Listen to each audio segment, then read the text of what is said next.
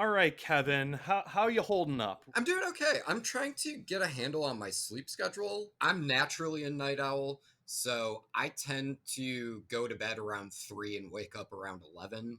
I'm trying to figure out a way to wean myself back to regular schedule, and I think the best way I can go about doing that is to just stay up until 5 a.m. tonight and then stay up until 7 a.m. the next night and basically just keep staying up until I'm back at like, okay, it's 10:30.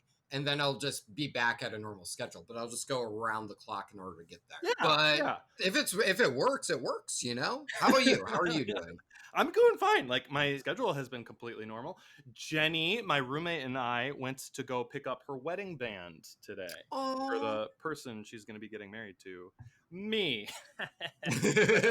Oh, So more exciting than that, we got to eat egg slut, which is dude, very it's been exciting. so long. And for those who don't live in Los Angeles, egg slut is not a derogatory term towards anyone. Especially egg. Yeah, it's a restaurant with delicious egg sandwiches, but it was delicious. The ring looks great. We're gonna get married this year eventually, so that's great too. But you know what else is great, Kevin? Perfect segue. You're killing it, crushing it. Go on. Hey, we got to watch a movie that we both gave a double need to see for the trailer, and Yeah. we are going to be reviewing said movie on this episode of the podcast Trailer Hitch, which you are currently listening to. Hi, this is Trailer Hitch. Yeah, we did. We watched a full film. We will be talking about that. But we do also have trailers to talk about too. They keep coming, man. They keep coming, much like Michael Myers, one could say. We are going to be talking about the Halloween Kills teaser. We are also going to be talking about An American Pickle. We're going to be talking about the one and the only. That wasn't me building something up. That's just the name of a trailer. I really wish I saved An American Pickle for last because it just sounds like the biggest fart to end Well, on. you know what? It is a fart, Kevin. So I'm going to save it by saying you said the one and only wrong. It's the one and only Ivan, not just the one and only. Oh, period. no! I'm like, you forgot the most like distinguishing part of the title of that movie. It's the one and only Ivan, and then fart noise and theme song. You can't haul your stuff without a trailer hitch.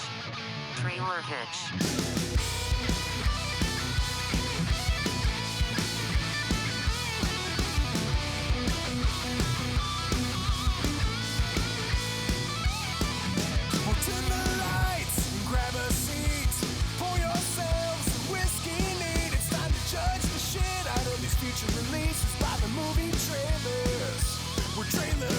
This movie might totally suck, but the whiskey sure is going down fine. Yeah, we're Trailer Hitch. James, thank you for forgiving that faux pas. I do now have it written down, the one and only Ivan. I feel like I'm ready. I feel like I can tackle the episode now. And the episode is for a show called Trailer Hitch, which you are listening to right now, humble listener. Hi, welcome. I'm Kevin. I hope they're humble. Hi, I'm James, because we're humble here on Trailer Hitch, aren't we? Yeah, and it definitely sells the humble factor by saying that you're humble. But this is Trailer Hitch, where we rate and review movie trailers in as humble a manner as possible. We rate them on a scale of need to see more, or never need to see. If James and I both give a trailer a need to see rating, we celebrate them. We go see the movie, report back to you guys in a segment called Trailer in the Rear View, in which we talk about the trailer in retrospect, see how it's stacked up with the film, and then talk about the film writ large as well, which, as you heard, we will be doing. We are going to be talking about The Five Bloods, but we got plenty of other things to talk about today. Isn't that right, James? That's right. You know what? I'm going to say one other thing right now, throw you a little curveball, and this is literally just so we can say we talked about it for the clicks. I'm just in it for the clicks, Kevin. How about that Hamilton, huh? Oh, yeah. I did also see Hamilton. Very popular, very timely. Disney Plus let out a huge sigh of relief. Okay, we have more than The Mandalorian in our back catalog. Whew, okay. Very, very popular and timely Hamilton advertise. Very, very popular and timely Hamilton talk achieved. Fucking explication of themes. We're just going to say it's good and then run away.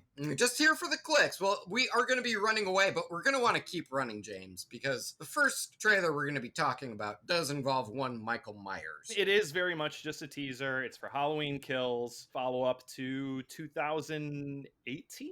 happens? Halloween, right? I'll ballpark it around there with Okay, you. so and again, ladies and gentlemen, this is for a segment we call Courtesy Honk, and we're just basically honk, letting you know we saw it, you saw it, we're aware of it. We're not going to spend much time on it. Yep. I actually really do like this teaser. It starts with a continuation of the last movie. This starts off with Lori and her daughter and granddaughter, and they've gotten away from Michael Myers. They've burned the house down. And as they're riding on the freeway, suddenly a good 3 or 4 fire trucks head in the opposite direction. And they're just screaming in the back of this truck, no, let it burn, let it burn. Then you see Michael Myers' face. I thought that was actually pretty cool. It was excellent. And I like what they didn't show you, which is Michael Myers in the basement finding their landline and calling the fire department and being like, hey, yeah, I'm trapped in a house. This is Lori. Don't worry about my voice. I inhaled a lot of smoke. Hang tight, Lori. In all seriousness, this was really, really an effective teaser. This teaser made both eyebrows shoot up to the sky and say, all right, give me more of that. So anywho, let's move on because we don't really give courtesy honks any other time to rate them. So we're aware of you. Bye-bye, waving you as we drive past. Now, we are going to move on from the one, the only Mike Myers, because we got to talk about the one and only Ivan. The one and only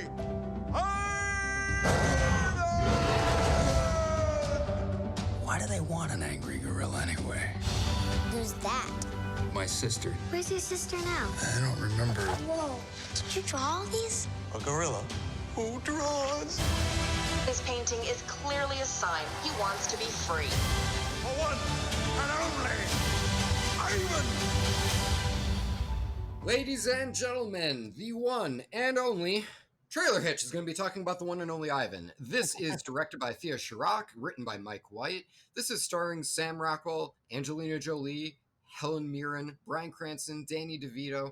Our random shout out, because we here at Trailer Hitch like to give shout outs to cast and crew members, because the top billed people tend to hog all the credit. So we are going to be shouting out Unag Bagley, who was the makeup junior for the crowd work. Hey, Anuga. Good job, bud. You did crowd work for presumably a lot of people. That's a lot of makeup, so good for you. Circus clap. Is that different from a regular clap, James? I've never been to a circus. It's like halfway between a golf clap and a roaring applause. Sweet. So the one and only Ivan opens in the jungle, and we get a family of silverback gorillas, fond, smiling all around. Mm-hmm. And the whole time I'm like, okay, now comes the scene where a bunch of poachers just like throw a net over the baby and drag them away. But no, they want to sugarcoat and just kind of ski right past that part. And we cut directly to Bryan Cranston pushing the baby gorilla on a swing. How did baby gorilla get from his very, very loving and accepting gorilla family to this new Bryan Cranston family? And it's like, don't think about it. The gorilla's looking around like a Talking Head song, like, this is not my beautiful house. This is not my beautiful wife. Anywho, he grows up. He's the main attraction of Bryan Cranston's circus. Then it gets revealed, okay, this is an animal talking movie, and it's like, I don't understand why human beings like need an angry gorilla. And it's like, oh, that was kind of like a sweet introspective of this animal who's trained to do a thing, and a cool reveal of, oh no, this is a movie where the animals talk. So, and we get introduced to a dog, Danny DeVito, and a baby elephant, and the story kind of goes down the genuine and not at all conflicted idea of, oh, we should be in the wilds, skating over again the atrocities of being torn away from the wild in the first place. But Yeah. So yeah, and then the trailer builds and builds to the whole idea of we should be free. Bryan Cranston seems pretty bummed but supportive, so that's great. And it basically all builds and comes to a head at a crossroads where a chicken is standing there and says, I'm going to cross that road. Yep. And then the dog says, why are you going to cross that road? And chicken replies with a knee slapper, chuckle shattering to get to the other side. And I was really like, oh, you know what? This trailer is kind of getting me in spots. Like, it's very manipulative and like obvious, but it's hitting me. And then it gets to that, and I'm like, It's because they went with the most famous anti-joke ever. if you have to have that joke in there, having the dog laugh hysterically at it is where it fell apart for me. Have the dog say, boo!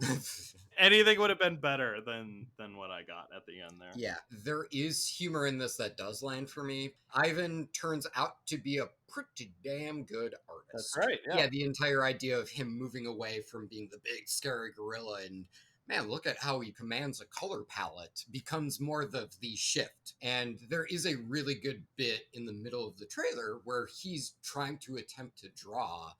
And Danny DeVito's dog looks at it and says, man, like this is so interesting. Are you trying to show the duality of man, or he tries to elicit some big concept? And there's this really long, you can hear a pin drop pause. And finally the gorilla says, it's a beetle. And then it just cuts straight away from that. And the timing in that joke, I think, is really effective. Now, as far as the trailer as a whole is concerned, it took me a long time to shake the feeling while watching this trailer. Hey, Disney, y'all tried to reboot Dumbo and that didn't go over that great. And this is basically you during a round of golf and saying, mulligan, because it does seem to be hitting a lot of similar themes within Dumbo, but now the animals talk. It does kind of feel more like this is what I think people were more so expecting Dumbo to be. And it took me a while to shake that and let it be its own thing. And then once it became its own thing, I do think that there is some decent stuff in here. But how about you? Because I know this is more of your wheelhouse. This is more my speed. I mean, there were aspects of it that were like really worked for me. For example, when we reveal like his big mural, the music swells perfectly, and then you cut to a close-up of Ivan looking through a hole in the mural.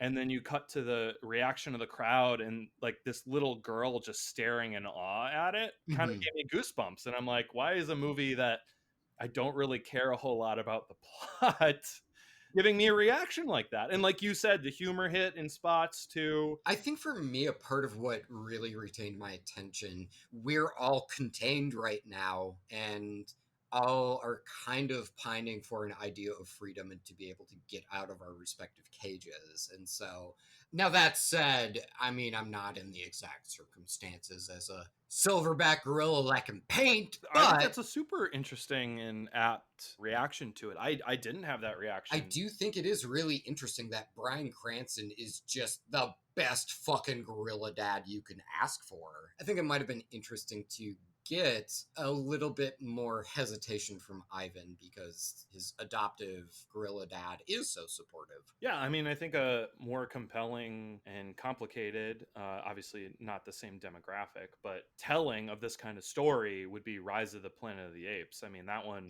fit way more in terms of like the complexities of that relationship and the confinement angle in addition. Yeah. A little less chicken crossing the road and a little bit more, monkeys with machine guns. Different demographics. Different demographics. Yeah, absolutely. It's different demographics, one. And two, I don't necessarily think that monkeys with machine guns would have improved this story. And I do think there is promise generally. So what do you give it? It's a need to see more. Honestly, like there is things within this trailer that I do think really work. And I do agree with you that its use of music is really great too. So for me, yeah, absolutely. It's a need to see more. How about you? It's a definite need to see more for me too. And I'm actually surprised it's even a need to see more. And no, it won me over in parts. Yeah. And it lost some ground in other parts, but I'd say it's below being as exciting as like George of the Jungle is in terms of like talking ape movies. Sure. John Cleese in George of the Jungle outshines this. But let's stop talking about the very boring world of gorillas being able to paint and instead talk about something that gets the blood pumping. Something a little saltier. And we're going to hope that this is kosher. This is an American pickle. We are the Greenbaums, and we have American dream. Then one day, everything changed.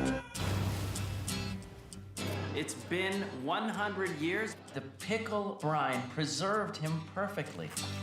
So you were able to track down a great grandson. Oh no, love, you're not alone. I understand why you're a religious person, but I'm not. You have no wife. no children, no friends, no job. You need help. I'm fine. You're not alone! In old country, we have saying. I'm sure this has aged well. If man does not throw punch, it is because this man secretly had polio arm. All right, let's not dill-e-dally, folks. This is An American Pickle.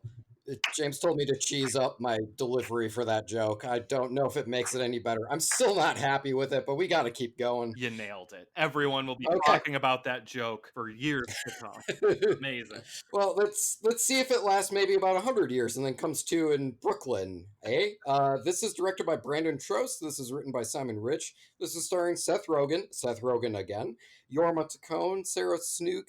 Our random shout out is going to go to John Koyoma, who was the second unit director. Hey, John, thanks for second unit directing that movie, bud. Here, raise a glass. Damn straight. All right, James. Raise a glass to freedom. Raise a glass to the four of us. Hamilton. God, dude, Disney's going to sue the shit out of us if you keep going. If you could tell me what's going on in American Pickle while I deal with all these cease and desists that just came in, I'd really appreciate it. I'm on it. We open up on Seth Rogen and his wife in Eastern Europe talking about their hopes and dreams. And they moved to New York for the American dream. He starts to work for a pickle factory, and they got a 100-year life plan. You know, most people have a 5-year plan. Seth Rogen, 100 years, we gun prosper.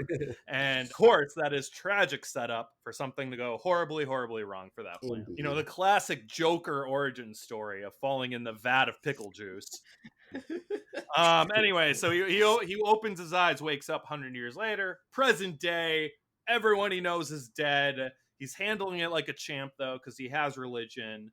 And then he goes and finds his descendant, and he has a little bit of a different ethos about life, a little bit of a different outlook on life that his ancestor is having a hard time coming to grips understanding, as well as being the fish out of water story, fish out of pickle juice story of not understanding this modern world we're living in. And then it culminates into some pretty good jokes. So what do you think? I thought that a good amount of the humor ended up really landing for me. What I was really surprised by was the pathos landing for me, especially with how silly of a concept this is. For those who don't know, pathos is... I mean, the emotion behind the story. Right. So that's for the listeners, though, not me. Not me. I know exactly what's going on. Oh boy, do I. Okay.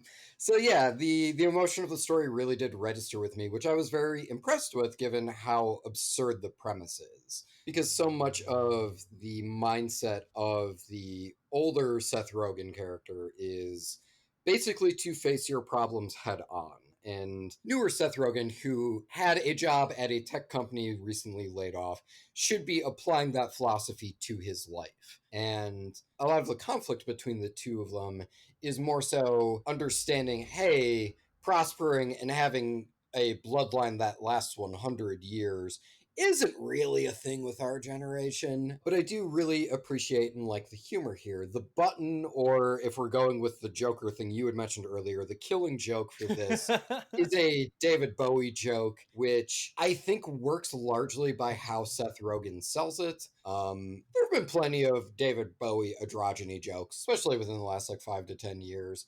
We're starting to hit the point where it's like, all right, we might want to let the gas off of those a little bit. But no, overall, I was definitely really impressed with this. But how about you? Yeah, well, I mean, like you said, I think it's Seth Rogen on both sides selling that joke. Mm-hmm. The joke that happens immediately before it. We have a saying back in whatever, if you don't throw a punch, it's because you secretly have polio arm. And Seth Rogen's like, we cured polio, by the way. It's like, was it a Jewish guy? It's like, yeah, he happened to be Jewish. And the old Seth Rogen is just like, yes, we did it. Those were all landing amazingly well. I thought the trailer bookended its humor excellently, because the opening joke of like, I just want to be really rich by his wife 100 years ago. He's like, how rich? She's like, pay for my own gravestone rich. And then just like the pause, and then Seth Rogen go, oy. It's just perfect. It's flawless. Yeah. The comedy in there is really good. And then the emotion behind it too, because they go and visit his wife's gravestone. Yes, I really liked how it balanced its tone. That's And perfectly what I was trying to say too. Its humor was so good, and there's a lot of melancholy sadness in there, but not beating you over the head like, hey, viewer, you should be sad. These characters are sad, and they're going to realize they need each other to not be so sad anymore. It's just really nice. It's really pleasant, and the humor was stand out. all right, man, what are you giving this one? I'm giving this a need to see it, man. It wasn't what I expected, but I think that curveball, that I enjoyed that so much. So need to see it. Yeah, it still feels very much like a Seth Rogen style comedy. I know he didn't write it or have a hand in this process, but it does kind of feel like this is sort of what you would expect from Seth Rogen, but no, it's just like an additional layer, Yeah. which I do find really interesting. Interesting enough where it's also a need to see for me! Oh, you had me going. You had me going. Cheers, cheers, cheers. Cheers, cheers. Let's do a sound effect. There you go. God, that's great Foley work, bud. So, yeah, double need to see it's for both. We both really like this. Of course. Cheers. Let me do it. Let me do this. I've been drinking a lot. I'm having a good time. Let's. Okay. It sounds like you need some water. Maybe can I offer you some blood? Could I offer you perhaps the 5 bloods?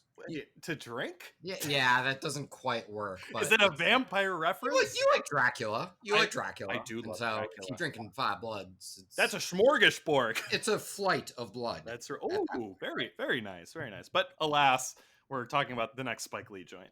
Yeah, let's spark this one up, dude.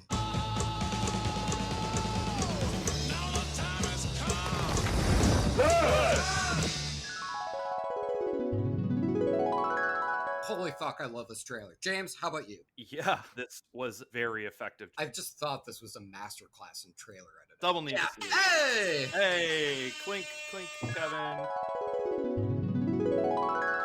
So yeah, as you could hear, we were definitely excited at the prospect of the 5 Bloods, and we're going to talk about how excited we were about that trailer, see how that compares and contrasts now that we've seen the film.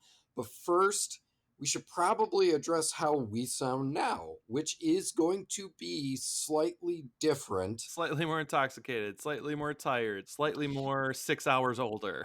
Loopy, yeah. So we were in the middle of recording this review when we went through a blackout at my apartment complex. All of a sudden, James cuts out, and I went, that's got to be his fault. Then I noticed that the internet wasn't working. And it really is, once you are without power, you recognize just how many things are connected to electricity. That includes the internet, that includes AC. This is nice. I feel like I can record. I feel like I've had my own personal sweat lodge since you and I talked. Is it really that hot there? I mean, it's not cool. The unfortunate thing was, I feel like if I had just completely stayed inside, James, I would have been able to retain some of that air condition. But one of the first things that happened was my neighbor kicking my door open and going, "Do you guys also not have power?" And I went, "Whoa." So yeah, you know what? I'm feeling good. Ready to talk about how my soul is psychedelicized by Defy Bloods. James, where are you at? Oh, about 4 more whiskeys deeper than last time you heard me, ladies and gentlemen. So I am groovy and far out and all the other 1970s slang terms to describe ready to roll, baby. I'm trying to find a way to wrap this into Vietnam to try and get us back to the trailer. I'm just going to blunt force it. So, yes, I really loved and still do love the trailer for Defy Bloods. I felt that it mixed a lot of disparate styles in its editing, which included the regular sequences, which are filmed in what's now considered the standard aspect ratio. We also had the flashback sequences that were shot on film. We also had stock footage of various historical events, and I just felt like it combined all of those so effectively to create a sense of tone, and I was so stoked for Defy Bloods after seeing that trailer. And now, having seen the film, if anything, it's just broadened my appreciation for the trailer. But how about you, James? Yeah, I mean, one of the things we talked about or touched on when we were talking about the trailer is the use of not just stock footage, but the music video to the song that they used in the trailer, which I can't remember off the top of my head, but Kevin's going to fill me in right now. Time Has Come Today by the Chamber Brothers. Time has come today. Time! click, click, click, time. We don't. Okay. But we don't have time for that. It's late. So I just loved that style. But when you see a trailer like that, you always question, is the movie going to include that kind of things? Or is that just like really, really interesting marketing? I was very pleasantly happy with the answer, which was this movie incorporated that style of using stock footage a lot. They utilized that. The only thing from the trailer that I can remember anyway that wasn't in the movie was said music video to Time Has Come Today, which is fine. Like that's something that we get to hold in a special place that just the trailer gets, and I like that. Some of the style that's present in the trailer is exclusive to the trailer, and that's part of what made me appreciate the trailer even more. It kind of springboards off of the movie while also working as its own piece, which is something that really doesn't come up that often within the show. It's always a treat to see. So That's a great explanation. I would say overall this does sell you on the movie, and the trailer does pull images from pretty late into the movie, but at the same time there was plenty to still be surprised by. Yeah, overall, like, super fucking happy with the trailer. I totally agree, and after seeing the movie, definitely sells the movie properly. All right, man. Well, let's get to talking about Da 5 Bloods. So we are going to be going into spoilers for this movie review. Starting now. Yes, and this is a film that's widely available on Netflix. And before we get into spoilers, if you're like, oh, do I want to see this? Yeah, overall, I would recommend the movie, but we'll get into the particulars of it right now. So, to start, it is a movie that you could split almost in half, because that first part of the movie is a much more contemplative, character-driven film, where it's all these Vietnam vets get back together, but we also get how they're all at different parts of their lives and how Vietnam has all affected them. So Delroy Lindo's character in particular has been so disillusioned with how he was not only treated as a soldier in Vietnam, but how he was treated when he came back home, that he's veered so much into paranoia and trying to protect himself that he is now a Trump supporter who is incredibly anti-immigration. We also have someone who finds out that he has a daughter that he didn't realize he had in Vietnam. And we can kind of see how all of them are separately affected by their time in the war and how it sort of manifested and informed how they would live their lives. Some characters better exemplified than others, I would say. Yes, we'll definitely get there. But the first part of the movie, they do pretty directly reference Apocalypse Now right at the very beginning, where they're in the club, how they've effectively commodified the Vietnam War, and you're like, yeah, it's this big party, and let's all kind of keep it under our lids that a lot of people died. Really, the worst thing that happens within the first hour or so is there's a guy who is pretty aggressive about wanting to sell someone a chicken, and they exchange heated words. Like, that's about as bad as it gets. Really, really moving scene, though. And like you said, that is the most dramatic part of the movie up to that point. And then the movie gets crazier. Believe it or not. It does, yeah. And bear in mind, I wasn't saying that as a negative to the movie. It's honestly really interesting because all four of those actors, one of them's Delroy Lindo, two of them are Wire alum, and then Delroy Lindo's son comes along for the ride, mostly because he's like, I'm kind of terrified for you being out here, Dad. Also, it'd be kind of cool if I could get a cut of this here gold. It also pretty directly references the treasure of the Sierra Madre, because we're looking for gold out in them their hills is definitely the plot of that. I ended up hearing in an interview later that Treasure of the Sierra Madre was one of Spike Lee's favorite movies. And I was like, oh, fuck, bud, I can see that. You can tell that he's really digging just seeing the relationships grow more and more tense the further into the jungle they go. Right. And then they do eventually get that gold. And then the movie twists Or should I say it blows up? Blows up. Yeah, that's an apt description because, ladies and gentlemen, I think an apt alternate title for this movie instead of Defy Bloods could have been Chekhov's Landmine. Yep. Because damn, in that, like Kevin mentioned, the film is broken down into two very distinct parts. But in that first part, we get introduced to the idea that, hey, there's landmines out in Dem Hills.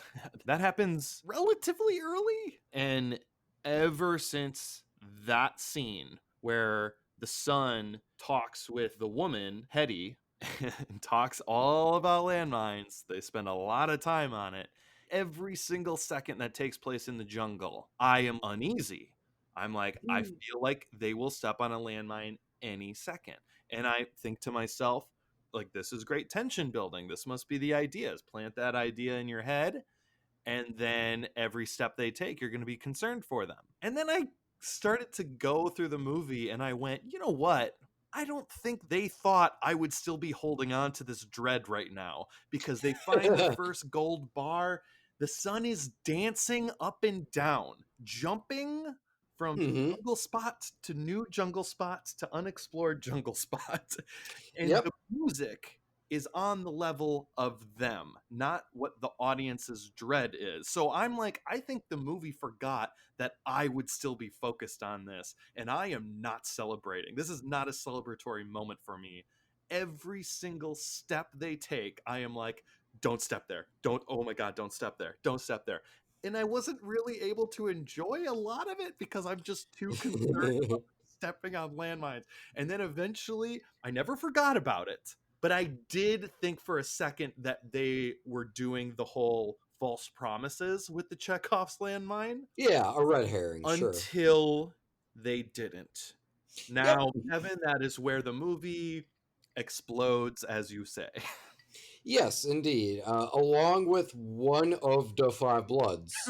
Oh, yeah. Poor Eddie. Poor Eddie. Pretty gruesomely, he goes. Directly after Eddie dies, the son steps on a landmine. And that was the scene that got me the most, was them creating the rope pulley system to save Delroy Lindo's kid. Yes. Is a barn burner. It's pretty clear up until that moment that he and his son have a really contentious relationship, but in that moment, there is nothing but abject fear, but just a sheer desire to save his kid. And when they yank him off of it and it blows up behind him, but his son is fine, the embrace that they have, just looking in Delroy Lindo's face of how relieved he is fantastic. Right. I definitely think there are a lot of moments that I can look at and say, yo, if Delroy Lindo doesn't get an Oscar nomination, like whose place are we burning down? Because this dude kills it. But that is the moment for me where I went, he's on another plane right now. And I think it's all set up perfectly in little bits and pieces here and there, but most memorably in that scene with the chickens. That's where you get your first sense of, oh, this guy may be a danger to this mission. What I'm getting at is his acting ability. And in that scene, I was riveted, and then it only ramped up from there. Yeah, the movie does take a more action-oriented bent after that. Someone who they approached to try and help them find the gold ends up double-crossing him. That's a French guy played by Jean Reno.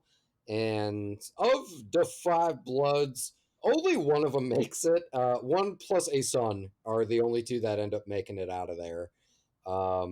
It did make me happy to see how the remaining money went for the rest of the Five Bloods and how it would get donated to Black Lives Matter and where that ended up going and how that ended up doing what Chadwick Boseman's character wanted, which is to help their own community. And they do end up doing what they had set out to do, which is to get that money, but then it does also go back into their community. Yeah, totally. Now, in terms of critiques, I heard you, James, say some a bit more fleshed out than others. Do you want to elaborate on that, good sir?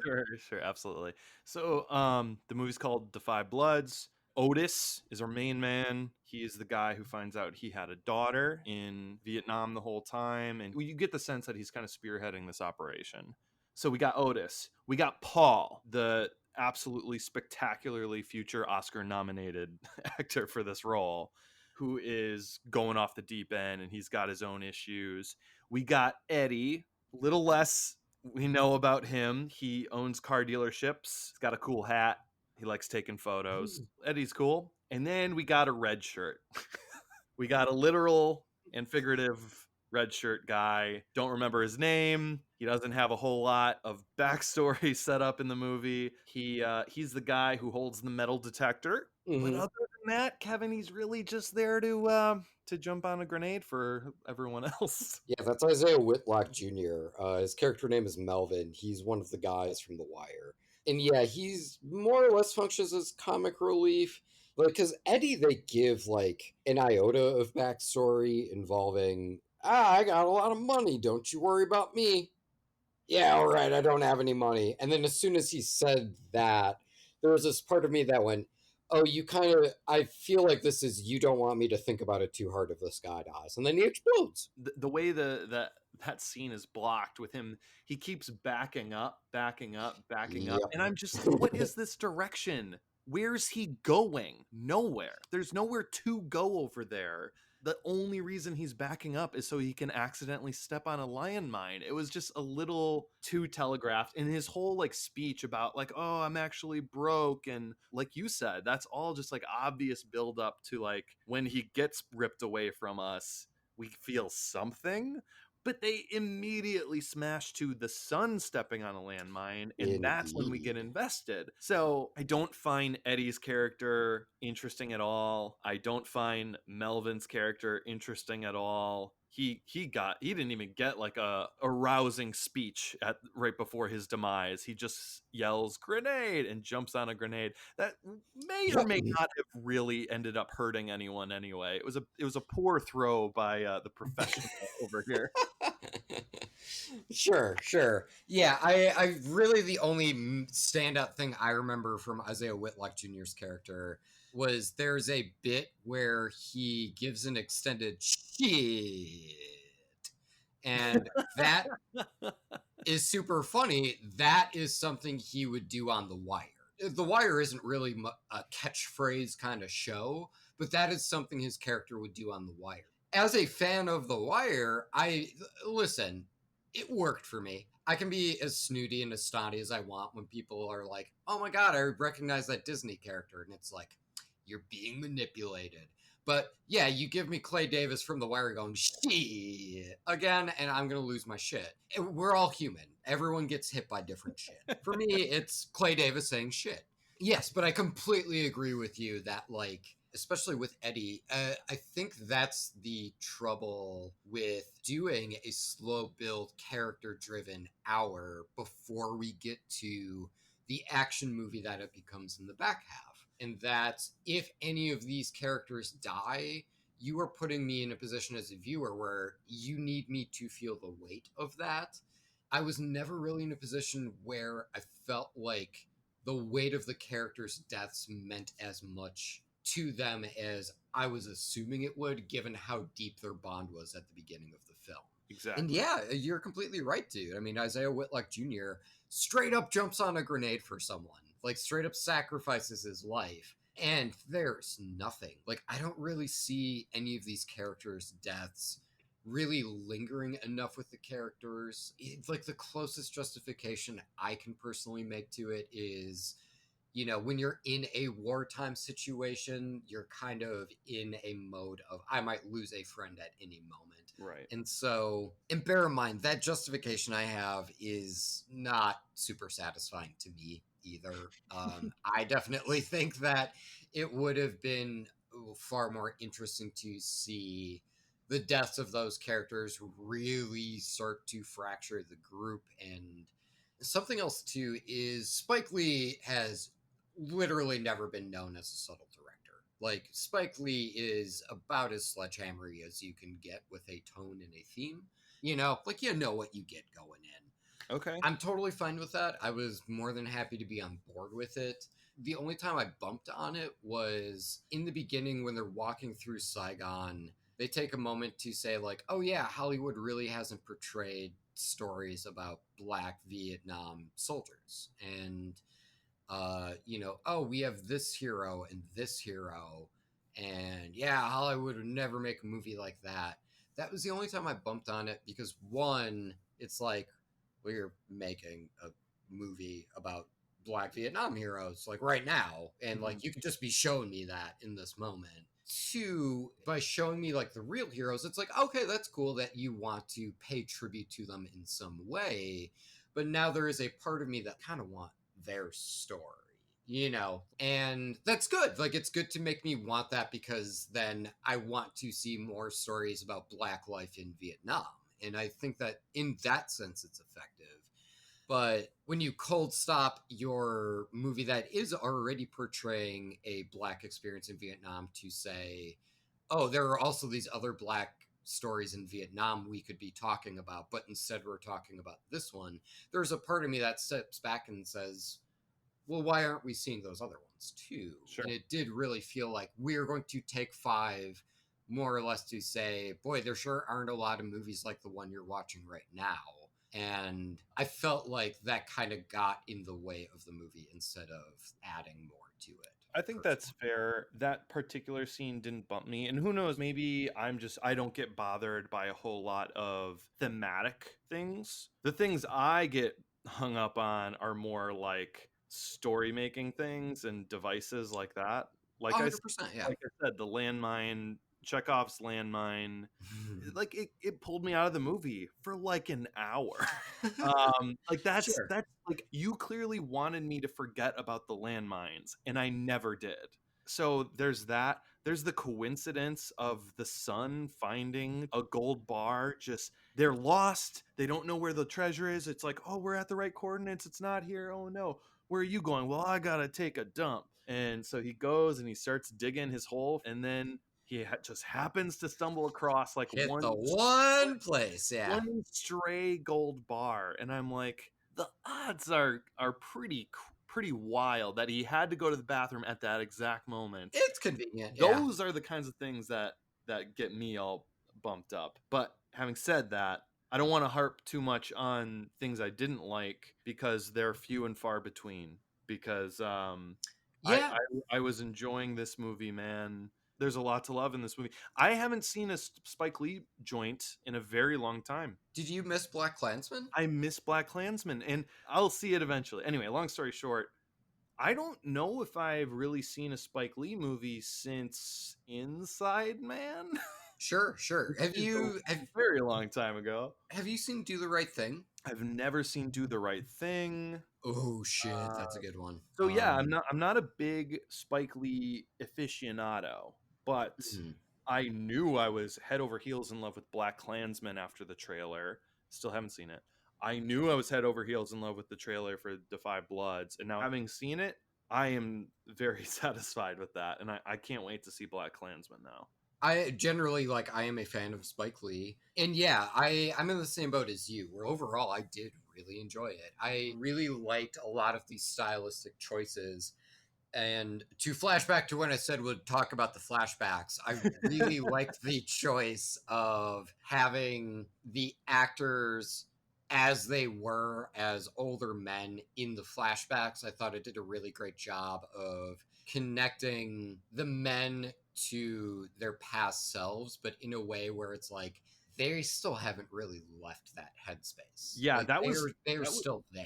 That was bold, and I wanted to ask you, did you catch that in the trailers at all? Because I didn't. No, absolutely didn't. And then I went back and forth every flashback of like, do I like this? I think I really like this, or I don't know what it's adding. And then the next time being like, oh, it's adding so much richer now. So I kept going back and forth, and then by the end of the movie, I'm like, I think it's super bold and really creative and interesting. Yeah, and Spike Lee does find a couple of nice twists in there, by the way. Like, granted, yeah, if you are an avid film watcher, are going to get ahead of the film and be like, yeah, Paul absolutely fucking killed Storming Norman. but I didn't necessarily see coming that it was an accident, and that enriched Paul's character even more. That scene really got me, and like you said, it's a great twist, because while I caught on in one of the flashbacks when Otis is like, what happened to Norm, and Paul's like,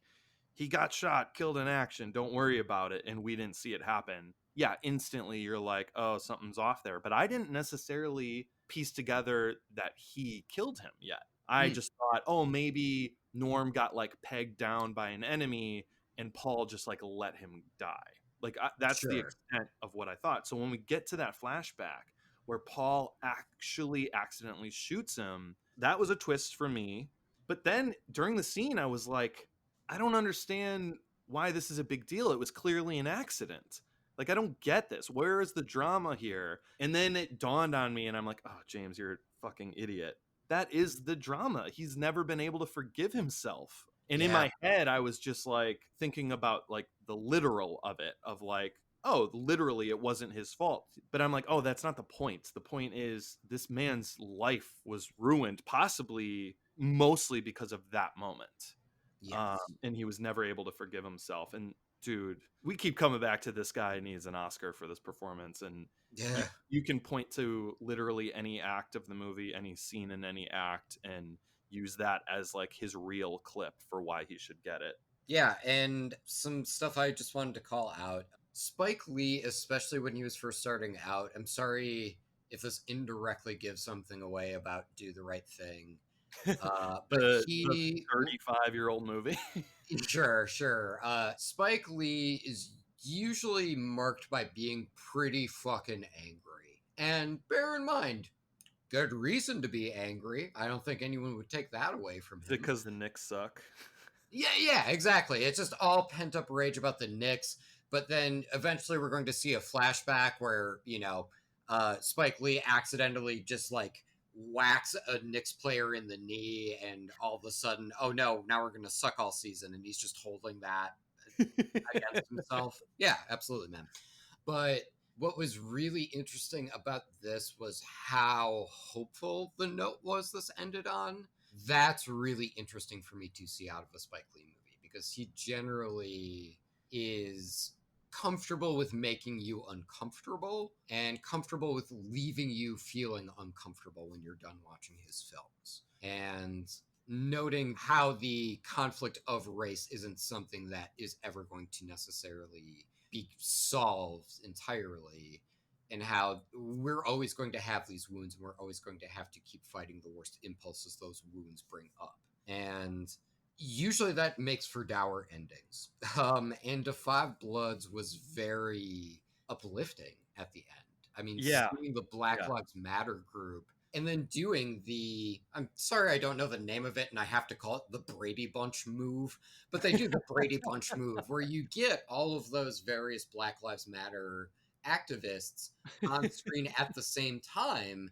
And that was genuinely really uplifting for me. And when it comes to Otis and his daughter, I know that and again, don't really know what this move is called, so I just have to call it the conveyor belt shot, where Otis and his daughter are arm in arm, and it looks like they are moving toward the camera, but in conjunction with the camera. Do you know what I'm talking about, James? Yeah, I know exactly what you're talking about. So they're, just for the literal, for people to understand, they and the camera are on a dolly together, and the camera dollies backwards. So the background falls away, but it looks like your characters are gliding with your camera without like moving their feet, And Spike Lee, like I said, I'm a Spike Lee aficionado, so I know. Of course. But he likes the Knicks, so he likes the Knicks. But in the only other Spike Lee movie I've seen, Inside Man, he uses that technique and effect there too with Denzel in a scene. It's a really cool effect, and I really love it. And I that's one of the things that when I see it, I think of Spike Lee, which I think is pretty cool, even though I haven't seen a lot of his movies. Something I was thinking about was how Usually when that shot is happening, it is an action shot or it means shit is about to go down. And I think it's the first time I've seen that shot to highlight the happiness of some of his characters. And I really liked that effect. Even though I had some reservations about the content of that relationship, specifically in that his daughter was like, oh, dad's here? Fucking rad. I'm not conflicted about that. Even though I have that reservation, I really love how seeing them come together and having a shot that usually for him implies that there is conflict was seen as a very happy and uplifting moment. I thought that was really interesting. Totally agree, man. Yeah, it's an uplifting film, even though there's just so much. It's gonna fight you on it. You have to fight to get there, but Yeah. it's there. Maybe on a macro level, the reason you don't dwell on all the shit that goes down and just like trying to find this gold is because he shoots it like a war movie. Even though it's happening current day, not during a war, he shoots those scenes like war firefight battle scenes, you know? And like you already said, if the characters are in that mindset, it's just another downed soldier. And yes, it's sad, but you have to move on for the mission at hand. And maybe that's the reason, even though all this shitty stuff happens, it feels like a hopeful, uplifting movie. Even though that guy just died from jumping on a grenade like 2 seconds ago. Yeah. All right. Well, we're gonna move right into our rating section. Okay. So with trailer in the rear view, our rating system is should see again, glad I saw it, should have waited, shouldn't have seen it. And Right. I'm gonna go ahead and give this a glad I saw it. Glad I saw it all the way for both of us. Cheers to that. Cheers Glad to I that. saw it. Yep. Cheers. The style of it just worked for me so well, and we Yeah. knew it was going to be that style going in with the trailer. It couldn't have been anything else. I was riveted the whole time. There you go. There you go. Okay, well, this is usually where we reference a running gag throughout the episode, but we recorded the rest of this episode about 5 hours ago, so I'm just going to say, hope you like the episode. If you would like to reach us, you can do that on Facebook. If you want to contact us, either to give us a trailer recommendation, let us know what you thought of any of the trailers that we talked about this episode, or if you want to talk to us about Defy Bloods, you can hit us up on Facebook. You can just search Trailer Hitch Podcast through there. You can write on our wall, potentially see other people ask for actual Trailer Hitch parts, and then we have to politely tell them, no, we're not that kind of podcast. Otherwise, if you want to keep your missive shorter, you can hit us up on Twitter at Trailer Hitch Pod. Or if you want to take a picture and send it to us, you can send that to us on our Instagram at Trailer Hitch Podcast. Otherwise, if you want a big old long missive, good news, we got an email, trailerhitchmailbox@gmail.com. Feel free to hit us up at any time. Or, I don't know, comment on our YouTube channel. We do have a YouTube channel, by the way. If you search Trailer Hitch Podcast, you can find us there, and you can subscribe. You can like our videos. And by the way, speaking of liking and rating things, you know where else you can do that? Apple Podcasts and Stitcher. We're also on that, too. There are a lot of people outside of James and I who put in effort to this podcast, and we would like to thank them. That includes Danny Schmitz from Lost in a Name for the amazing intro song that you hear at the top of every episode. That includes Rachel Ashley, who does all the amazing cover art that you see on all of our various social medias and platforms. You can find her work at Mighty Creations on Instagram. We'd also like to thank Jenny Hawks, our Bad Movie and social media correspondent, for her sterling work week in and week out. And we would also like to thank Casey Clowers for the amazing outro, which you will hear momentarily. Yeah, that's it. Great. Trailer Hitch. James, do you have any thoughts or notes or anything like that? James? Did I lose you? Oh, no. What happened? Oh, that's so sad. Oh no. We were almost there. Uh-oh. Fuck. All All right, well. I lost you. And a 1 and a 2 and a stop. Shit.